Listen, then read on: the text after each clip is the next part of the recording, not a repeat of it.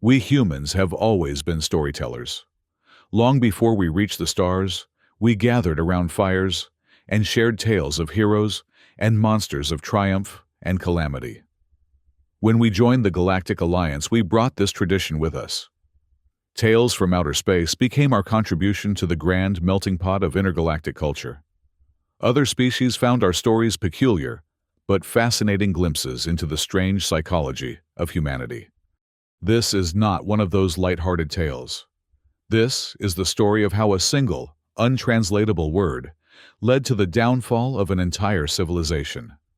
The Galactic Alliance comprised 17 sentient species spanning across 243 star systems. Despite our varied biologies and evolutionary paths, we maintained peace through mutual respect and understanding. Universal translators facilitated communication, converting complex concepts across vastly different languages with remarkable accuracy. But they weren't perfect.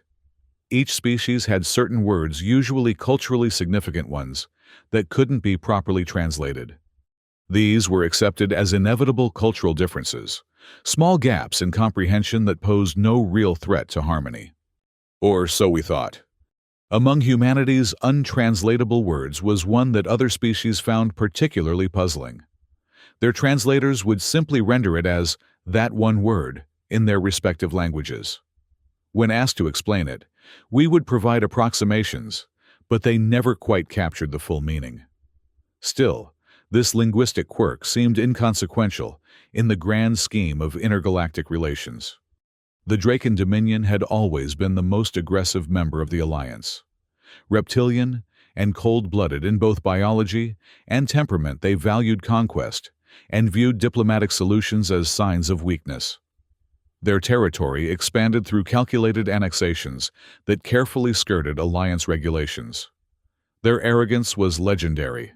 They considered themselves intellectually superior to all other species, humanity included. It was that arrogance that led them to fixate on that one word. Their xenolinguists became obsessed with deciphering its meaning, convinced it held some secret that humans were deliberately keeping from them. They intercepted our communications, studied our literature, and analyzed our media. Eventually, they reached a conclusion that couldn't have been more catastrophically wrong. The Drakens became convinced that that one word referred to a hidden planet, a secret colony where humans were developing weapons or technology that would give us an advantage over other Alliance members. Their intelligence reports noted that humans spoke of this word with reverence and protective instincts, that we associated it with our future and our essence.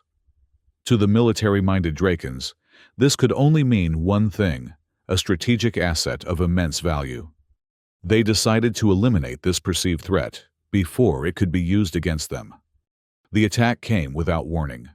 The Drakens never officially declared war. They simply identified what they believed to be the hidden human colony and unleashed devastation upon it. They employed biological weapons tailored to human DNA, followed by radiation bombardment, to ensure total destruction. In their minds, they were executing a preemptive strike against a military installation. They were wrong. The planet they attacked wasn't a secret military base. It was Proxima Centauri III, a peaceful colony world with a population of 8.5 billion.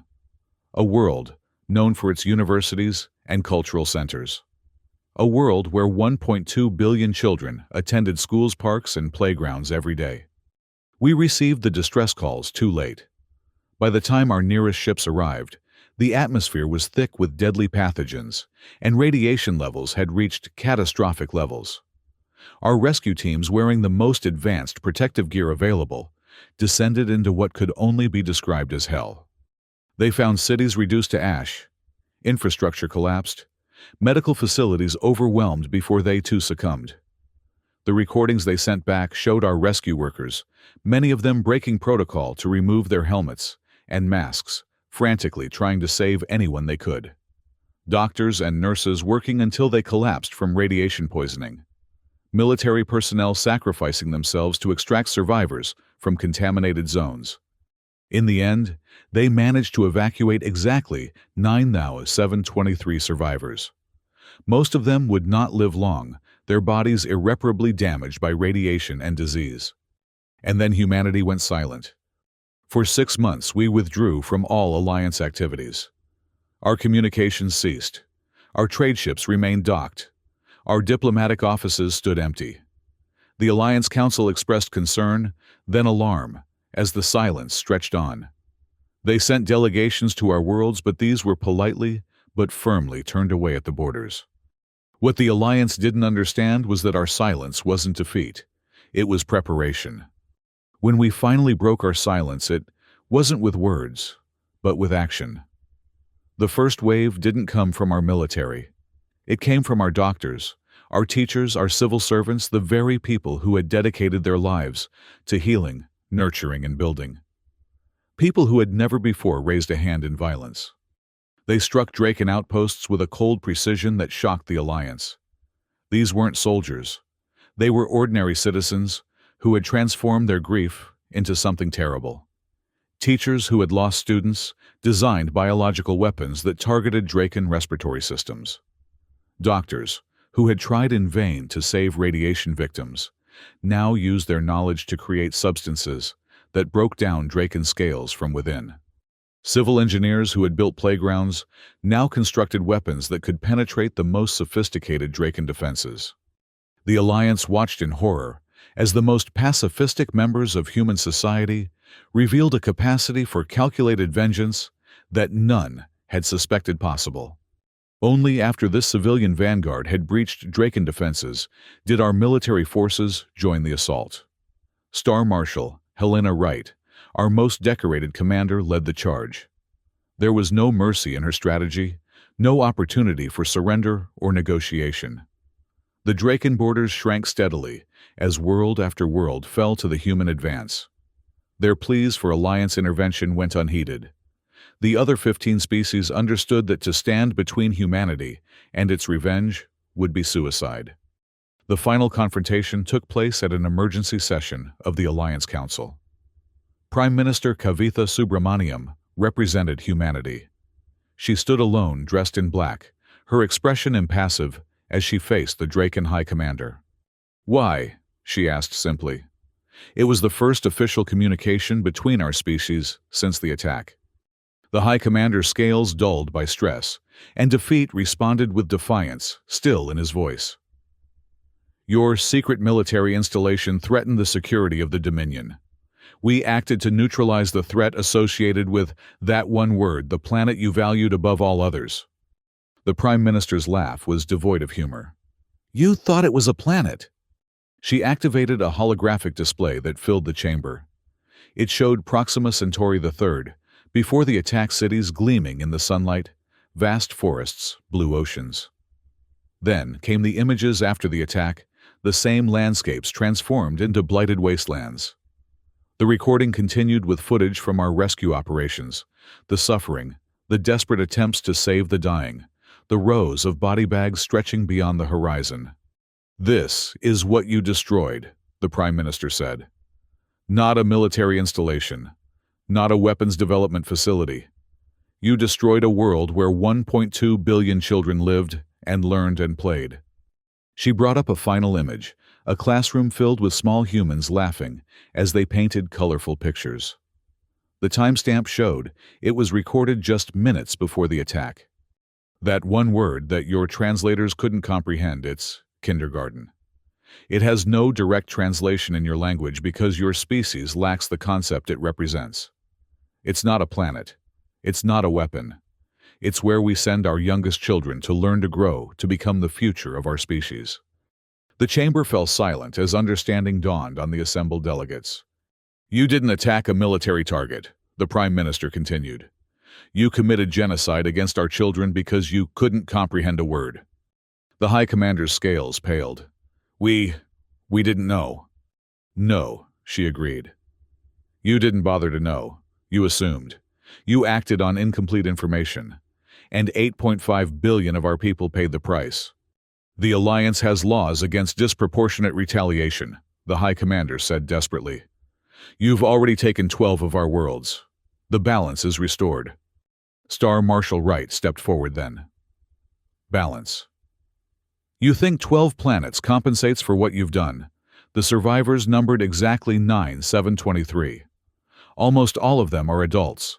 In a single day, you nearly wiped out an entire generation of humanity. The war ends when the Draken Dominion ceases to exist, the Prime Minister stated. Not before. The Alliance representatives murmured among themselves, clearly disturbed by both the revelation and the implacable human response. The Azari ambassador, known for her wisdom and commitment to peace, rose to speak. Prime Minister Star Marshal, while the Dominion's action was unconscionable, complete annihilation of their species would also constitute genocide. Surely, there must be room for a diplomatic solution that acknowledges the crime, but prevents further bloodshed. Star Marshal Wright looked at the Azari with cold eyes. Ambassador, we respect your commitment to peace. But ask yourself, if it had been 1.2 billion Azari children who died screaming from radiation poisoning and engineered diseases, would you be advocating for diplomacy? The ambassador had no response. The human forces resumed their advance the next day. The remaining Draken worlds fell one by one, despite increasingly desperate defensive measures.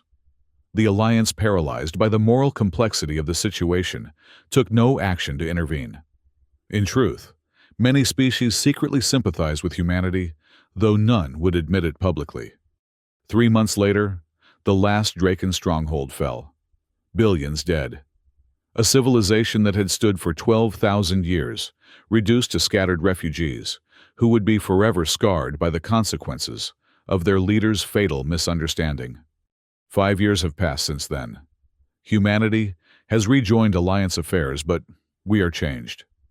Each year on the anniversary of the Proxima Centauri III genocide, all humans throughout the galaxy wear black. We gather in memorial parks where obsidian monuments stand, each inscribed with the names of the 8.5 billion who perished. The monuments are designed to last for millennia, ensuring that neither the crime nor our response will be forgotten. Some of the other species have begun to participate in these memorials, standing silently alongside us in a show of solidarity. Even a few Draken survivors attend, though they keep their distance, their once proud postures now permanently stooped with the weight of collective guilt. The Alliance has instituted new protocols for cross-cultural communication, requiring extensive consultation before any military action based on intelligence about another species. Universal translators now include warnings about untranslatable terms, flagging them for diplomatic clarification rather than independent interpretation. As for that one word that sparked the catastrophe, all translators now render kindergarten accurately in every language.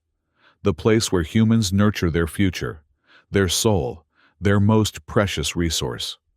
Too late, the galaxy has learned that misunderstanding a single word can bring about the fall of civilizations. Too late, they have learned that beneath humanity's cooperative exterior lies an implacable force when our children are threatened. We tell this story not with pride, but as a warning. We are humans. We are storytellers, explorers, builders. But harm our children and we become something else entirely. Something even we don't fully understand until it's unleashed. We hope never to become that again. But we remember, and in remembering we remain vigilant. The universe now understands that one word.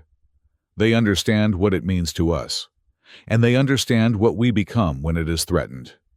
That is our legacy among the stars.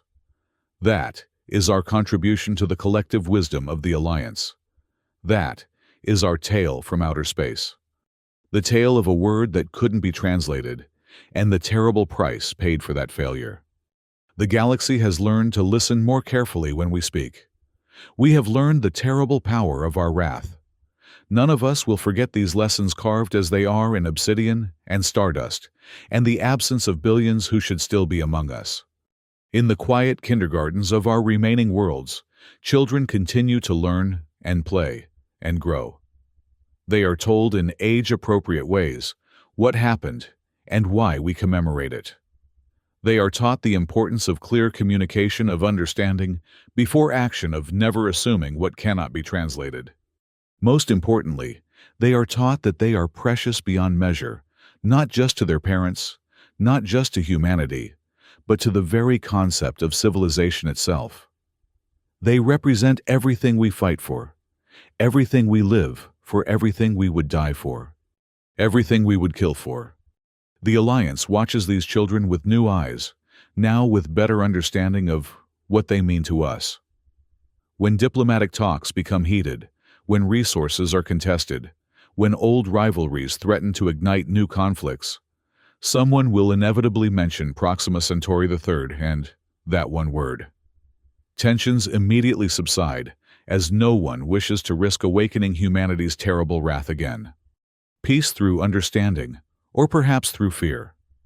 Either way, the result is the same. The children continue to learn and grow in safety, protected by both our determination and the galaxy's collective memory of what happens when they are threatened. That is the end of our tale. It is not a happy one, but it is true. And in the telling, perhaps others will avoid our mistakes. Listen carefully to words you do not understand. Seek clarification, not confrontation. Remember that what seems insignificant to you may be sacred to another.